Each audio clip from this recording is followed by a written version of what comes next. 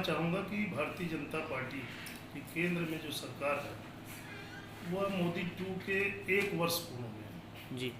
उस 1 वर्ष पूर्ण होने पर चूँकि इस समय में पूरा देश कोरोना जैसी वैश्विक महामारी से गुजर रहा है और इस महामारी के समय में हम मोदी 2 के 1 वर्ष पूर्ण होने पर जो कि 30 मई को पूर्ण हुआ है और 30 मई के बाद हम इस कोरोना जैसी वैश्विक महामारी के कारण अपने कार्यकर्ता बंधुओं को, आम जनमानस को मोदी जी के उन ऐतिहासिक कार्यों पर हमारी बताने की योजना है वर्चुअल रैली के माध्यम से। जी। जैसा कि आप सब लोगों ने सुना होगा कि मोदी जी ने इस 1 वर्ष के कार्यकाल में ऐसे ऐसे ऐतिहासिक निर्णय लिए हैं जो कि इस देश के आज़ाद होने के बाद अभी तक ऐसा लोगों में मानना था कि इस तरह की बातें इस हिंदुस्तान में कभी समाप्त नहीं हो पाएंगी। जैसे कि धारा 370 35 को हटा करके उस कश्मीर जैसे राज्य को जो कि इस देश का अभिन्न अंग माना जाता था, आज उसे पूर्ण इस देश के राज्य के रूप में उन्होंने साबित किया है और आज हमारी वहाँ की जनता जो है अमन चैन से जी रही है। धारा 370 के अलावा 3 तलाक एक ऐसा विषय था जो कि इस हिंदुस्तान में महिला बहनें जो कि उस 3 तलाक के शब्द कह देने के बाद संबंध विच्छेद हो जाया करते थे और उन महिला बहनों को कभी भी चेहरे पर खुशी देखने को नहीं मिल रही थी। उस 3 तलाक जैसे नियम को समाप्त करके जहां हमारे आराध्य देव बसते थे, जो कि बहुत दिनों से उस आराध्य देव राम मंदिर पे हमारे देश की गुलामी के समय से वह कब्जा में चला आ रहा था और उसको माननीय सुप्रीम कोर्ट के द्वारा जिस तरह का ऐतिहासिक फैसला लिया गया और उसमें राम मंदिर भूमि का निर्माण हो रहा है। नागरिकता संशोधन अधिनियम पे भी जिस तरह का कार्य किया गया, उस देश के आज़ाद होने के बाद ऐसे शरणार्थियों को जिनको भारत में नागरिकता नहीं प्राप्त हो रही थी, आज उससे उसका मार्ग प्रशस्त हुआ है।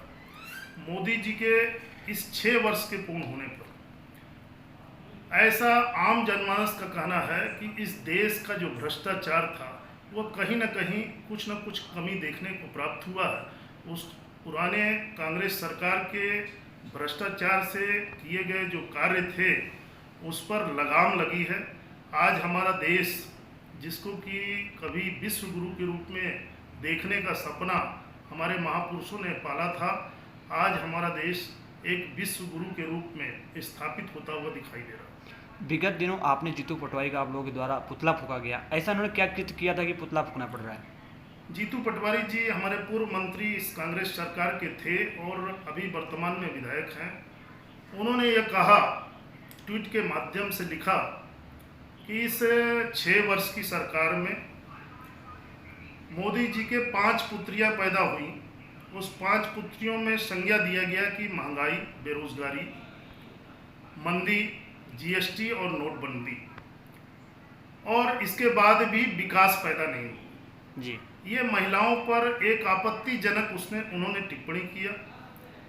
हमारे भारतीय जनता पार्टी की महिला मोर्चा के द्वारा कल दिनांक को उनका जैन तिराहे पर पुतला दहन किया गया और यह आगाह किया गया कि नारी शक्ति पर किसी भी तरह की टीका टिप्पणी करना किसी भी हमारे जनप्रतिनिधि का विशेषाधिकार नहीं होता है और जो भी टिप्पणी किए हैं अपने शब्दों को वापस लें।